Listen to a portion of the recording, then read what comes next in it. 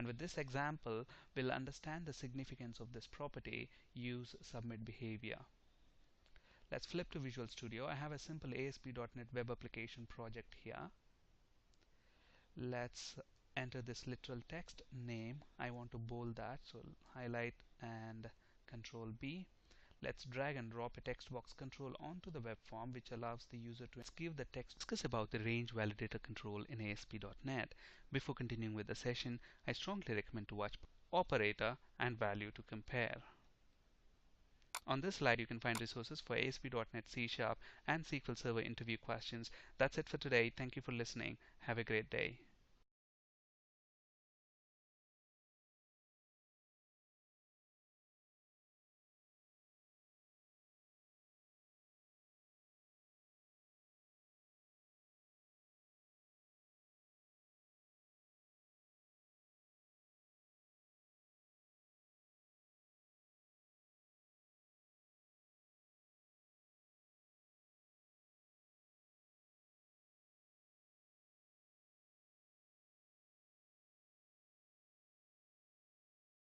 This is part 47 of ASP.NET video series. In this session, we'll discuss about the regular expression validator control.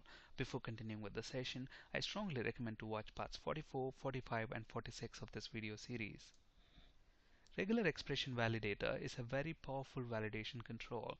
This control is used to check if the value of an associated input control matches the pattern specified by a regular expression.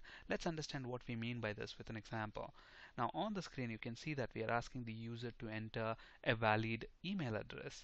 Now we know that an email address has got a pattern. For example, it needs to have some characters or numbers followed by an @ symbol followed by some characters or numbers and then a dot and then the domain name. Okay, so this is the pattern of an internet email address. Now if user enters anything that does not adhere to this pattern, we know that it's an invalid email and it should be flagged as a validation error. So which validation control can be used to match to a specific pattern? Regular expression validator control. And the only property that is specific to this validation control is the validation expression property. Now in the validation expression you see a strange expression here. This is called a regular expression. Now this regular expression is specifying a pattern like this. Letters of words, one or more letters of words followed by an @ symbol followed by a few more letters of words and then followed by a dot and then few more letters. Now discussing the regular expressions themselves is beyond the scope of this video. We'll talk about regular expressions themselves in a later video session. In this session we'll see how to use the regular expression validator control. Okay, as I said, the only property that is specific to this control is the validation expression. Now let us see how to achieve this, that we can see on the slide. We'll ask the user to enter an email address. If it doesn't match the pattern, then we want to show a validation error message. Let's see how to use regular expression validator control. So let's quickly design this web form. Let's create an HTML table. So table, and it has got a tr, and this tr will have two tds. So one is that. So let's say we want to ask the user to enter their email address and I want that to wrap inside a bold tag. And obviously we need a text box for the user to enter the email. So let's drag and drop the text box and let's call this txt email. Okay, and then I need another row basically for the submit button. I'm going to use TD, but I want this TD to span across two TDs, so I'm going to set the call span attribute to 2. Okay, so let's drag and drop the button control onto the web form.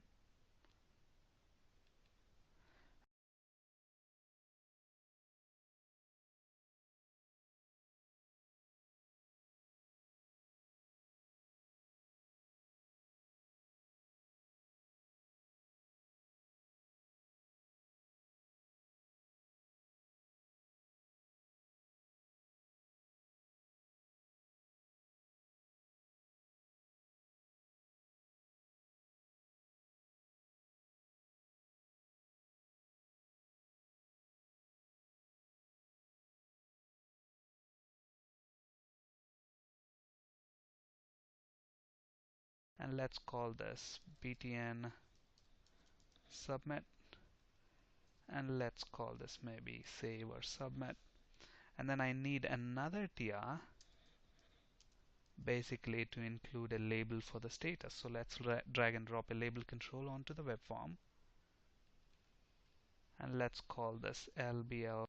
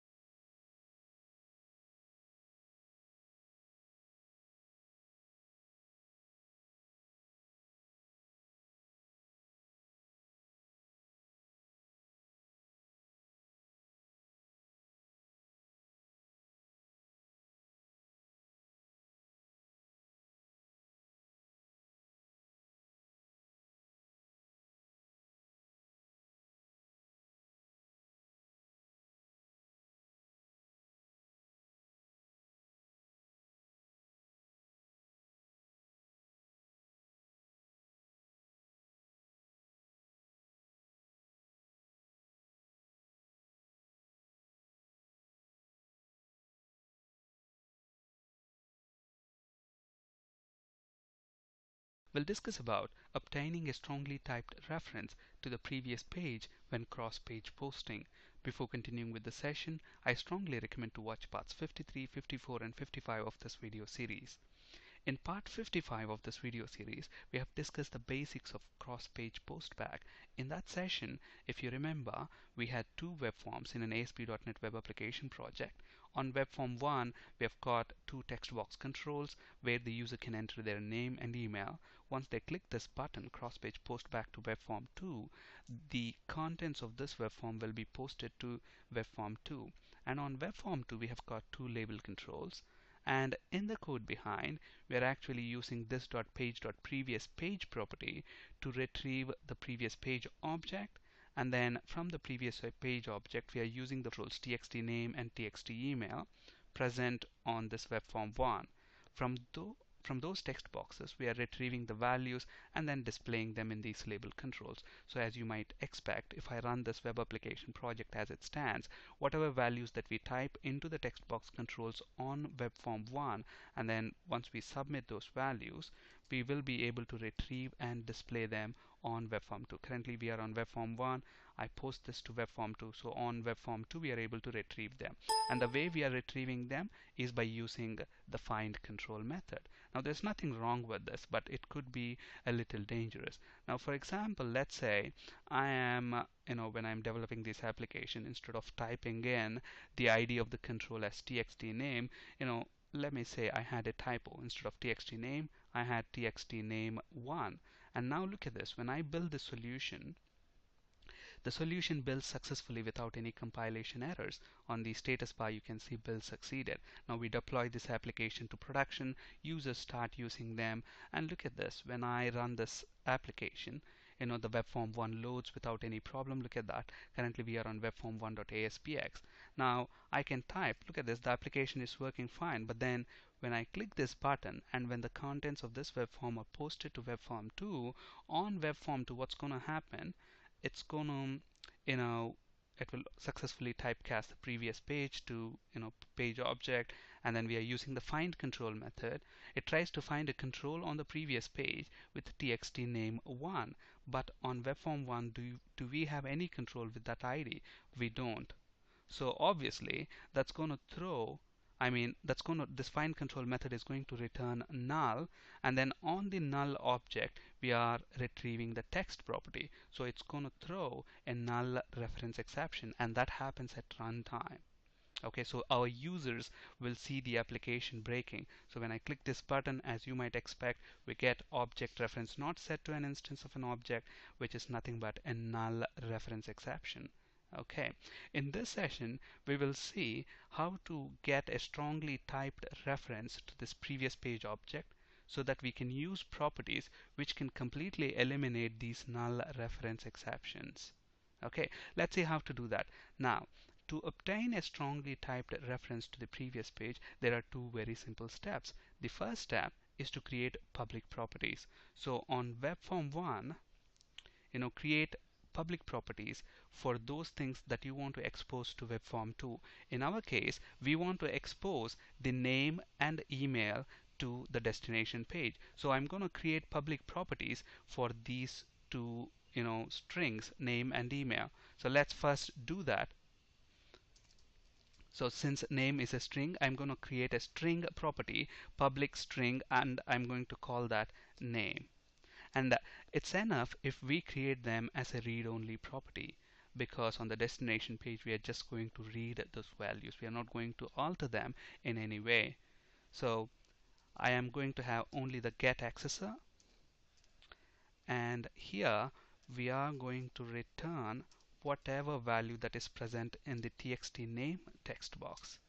Okay, so that's one property, and let's do the same thing for the email.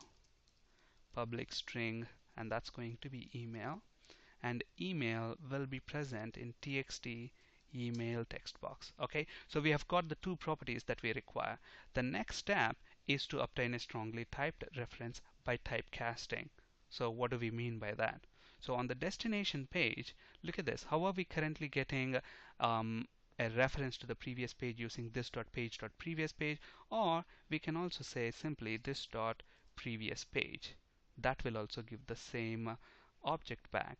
Okay, now but then if you look at the IntelliSense, what it is returning a page object back. But we know for webform 2 the previous page is going to be webform 1, so I can typecast the page object to be webform 1 because that's what I'm expecting back, and then declare this object as webform 1.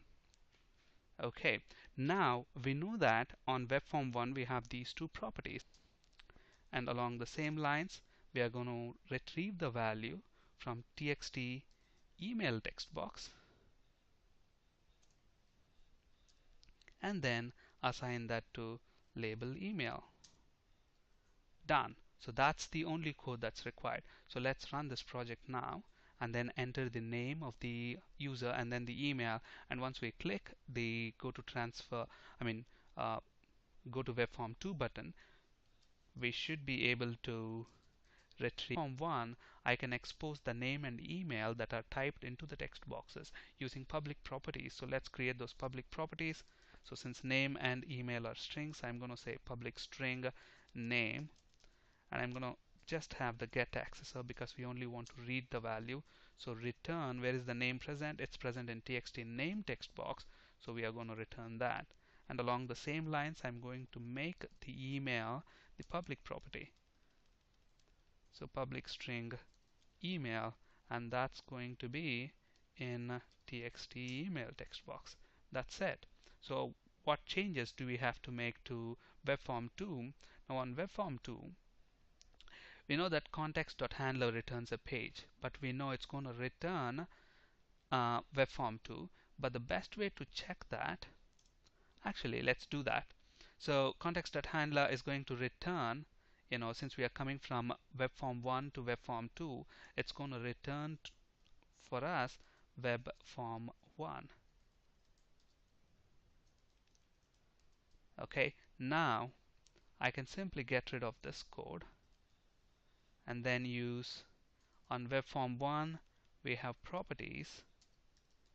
Sorry, that's the last page. We have properties name and email. So we can directly use landed on web form 2 using server.transfer or server.execute method from web form 1. If you land using any other technique, then context.handler would not work. The control values from the previous page can be accessed using find control method or using public properties. The problem with find control method is that if you misspell the control ID, we could get a runtime null reference exception. Using public properties instead of find control method can eliminate these runtime null reference exceptions, and we have seen that as well. On this slide, you can find resources for ASP.NET C# and SQL Server interview questions. That's it for today. Thank you for listening. Have a great day.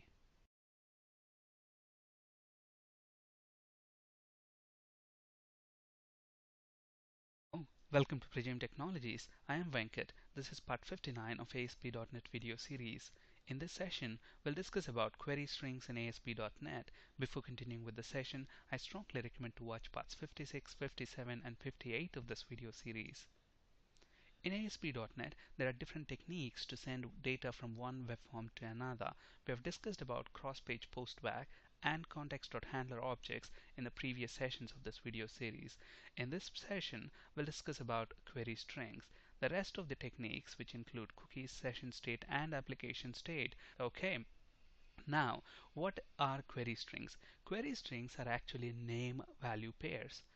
Okay, that can be appended to the URL of the page that we want to navigate to, and to indicate the beginning of the query string, we use query string. So to the name of the web form that we want to navigate to, I am appending question mark. So question mark indicates the beginning of the query string, and then you can give your query string any meaningful name that you want. Since I am using a query string to move the name of the user, you can and symbol, so plus double quotes again ampersand. This indicates the beginning of another query string variable.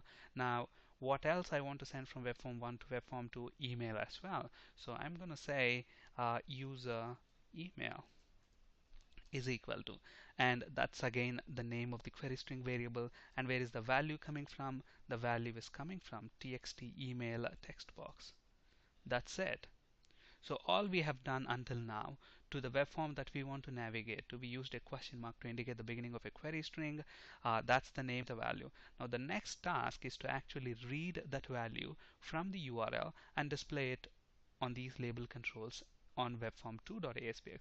And to read a query string variable, we can